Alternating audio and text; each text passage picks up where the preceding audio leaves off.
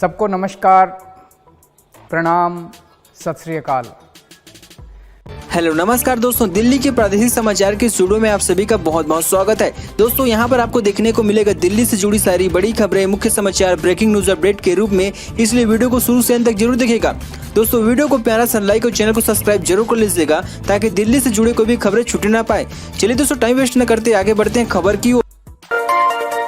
दिल्ली में प्रधानमंत्री नरेंद्र मोदी से मिले मुख्यमंत्री शिवराज सिंह चौहान, जानिए क्या क्या हुई चर्चा। मध्य प्रदेश के मुख्यमंत्री शिवराज सिंह चौहान ने शनिवार को दिल्ली में प्रधानमंत्री नरेंद्र मोदी से मुलाकात की है। इस मुलाकात के बाद मध्य प्रदेश के मुख्यमंत्री ने कहा कि उन्होंने प्रधानमंत्री को मध्य प्रदेश में चल रहे विकास कार्यों और जन कल्याण के कामों की जानकारी दी है। दोनों नेताओं की मुलाकात करीब 45 मिनट तक चली है। इस दौरान शिवराज सिंह चौहान ने प्रधानमंत्री से उज्जैन के महाकाल महाराज के मंदिर परिसर में बने कॉरिडोर का लोकार्पण करने का अनुरोध किया।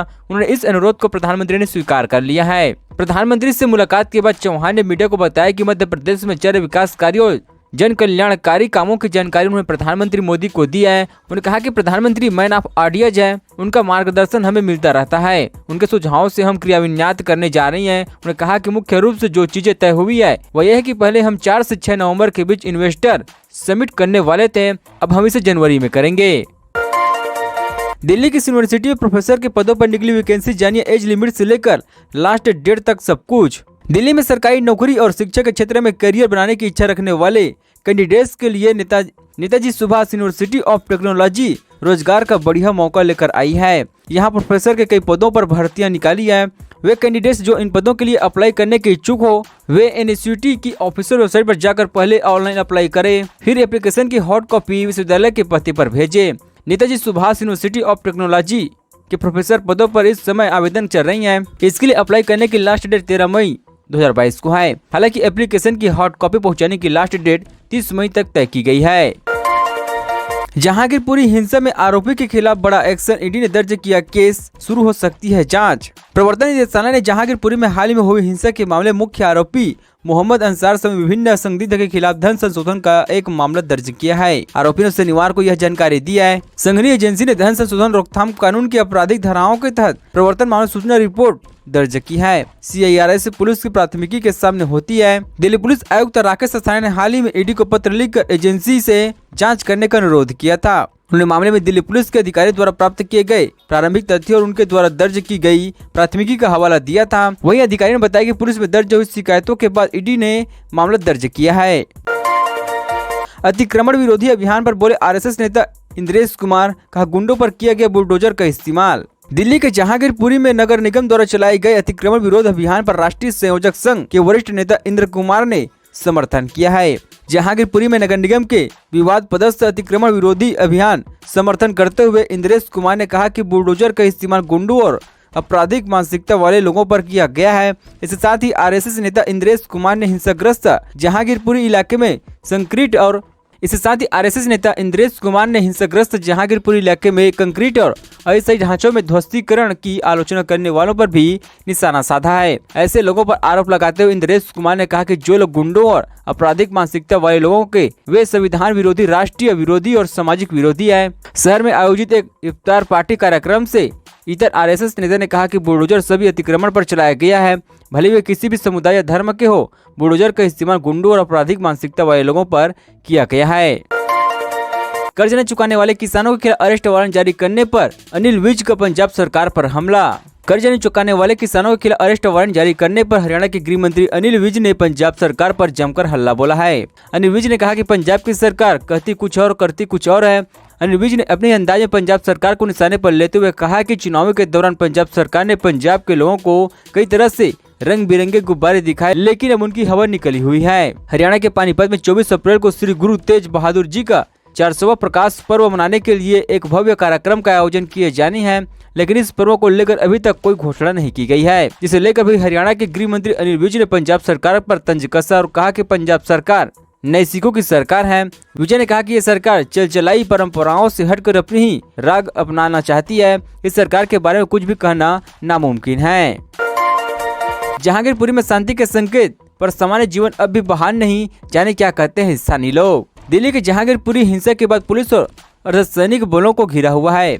जहांगीरपुर इलाके में शुक्रवार को हालात सामान्य होने के संकेत मिले, जब स्थानीय शांति समिति ने सांप्रदायिक उपद्रव का आह्वान किया और दोनों समुदाय के सदस्यों को एक दूसरे को गले लगाते हुए बीते बातों को भूल जाने की हामी भरी। जहांगीरपुरी में बीते शनिवार को हनुमान जयंती के जुलूस के दौरान सांप्रदायिक हिंसा भड़काने के बाद दोनों समुदाय के बीच लगभग एक हफ्ते से तनाव जारी था। हिंसा के केंद्र रहे सी ब्लॉक के निवासियों ने कुशल चौक पर एक संवाददाता सम्मेलन आयोजित किया, जिसमें उन्होंने रविवार को भाईचारा मैत्री के प्रतीक के रूप में तिरंगा यात्रा निकालने का संकल्प लिया।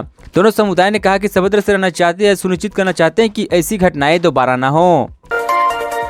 दिल्ली, लखनऊ और पटना सहित देश से इन बड़े शहरों में रविवार को कितना रह सकता है तापमान, देखिए पूरी लिस्ट। देश की राजधानी दिल्ली के सहित कई सभी मैदानी राज्यों में एक बार फिर मौसम गर्म होने लगा है, साथ ही तापमान में भी बढ़ोतरी होने लगी है। भारतीय मौसम विज्ञान विभाग के अनुसार आने वाले दिनों में इन जगहों पर मौसम साफ रहेगा और तेज धूप निकलेगी। ऐसे पिछले कुछ दिनों में गर्मी से जो राहत मिली थी वह खत्म हो जाएगी। मौसम विभाग के मुताबिक आने वाले दिनों में तापमान में बढ़ोतरी होगी और गर्मी का सामना करना पड़ेगा। दिल्ली में रविवार को अधिकतम तापमान 41 और न्यूनतम तापमान 22 डिग्री सेल्सियस रहने का अनुमान है। मौसम साफ रहने और तेज हवा चलने की संभावना है। नोएडा में रविवार को अधिकतम तापमान 43.1 और न्यूनतम तापमान 31.1 डिग्री सेल्सियस रहने का अनुमान जताया गया है। आसमान साफ रहने की संभावना है।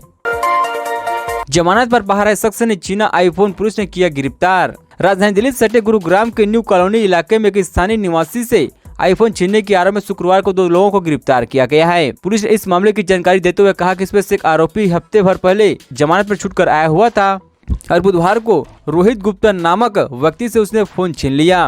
पुलिस ने बताया कि गिरफ्तार किए हुए आरोपी के पास से एक मोटरसाइकिल, एक स्कूटी, चोरी के मोबाइल फोन और 50,000 रुपए नकद बरामद किए गए हैं। पुलिस ने बताया कि आरोपी की पहचान ज्योति पार्क कॉलोनी निवासी राहुल उर्फ अटैक और अर्जुन नगर कॉलोनी निवासी जनित चुटानी के रूप में हुई है। पुलिस ने बताया कि पकड़े गए दोनों आरोपी छीना झपटी, छेड़छाड़, अवैध हथियार रखने और नशे के इस्तेमाल की घटनाओं में शामिल पाए गए हैं। उन्होंने कहा कि उन्हें ड्रग के एक मामले में जमानत पर रिहा किया गया था। आरोपी ने न केवल मोबाइल फोन छीन लिया बल्कि उसमें इंस्टॉल किए गए ऐप के जरिए 50,000 रुपए भी ट्रांसफर कर दिए हैं।